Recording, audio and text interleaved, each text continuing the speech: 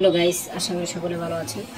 আমি জানতামই না যে আমাদের মাস মহারাজের নতুন ছবি আসছে, যেটার নাম হচ্ছে মাস জাহারা বা জাথারা। আপনারা কি করে নেবেন? তো ছবির ট্রেলার কিছু দেখিনি, হয়তো গ্লিমস একটা আসছে, আমি জানি না। ফট করে দেখলাম যে ওরকম এই মুভি আসতে চলেছে, মানে এই আগস্টের 28 বা 27 তারিখে। 28 দেখলাম না, 27 এই দিকে আসতে চলেছে আমাদের মাস মহারাজার নতুন মুভি। তো তার গ্লিমস গান এগুলো মধ্যে আসছে, সাথে আমাদের সিরিয়াল রয়েছে। তো আমি কিছুই জানতাম না এই ছবি সম্পর্কে।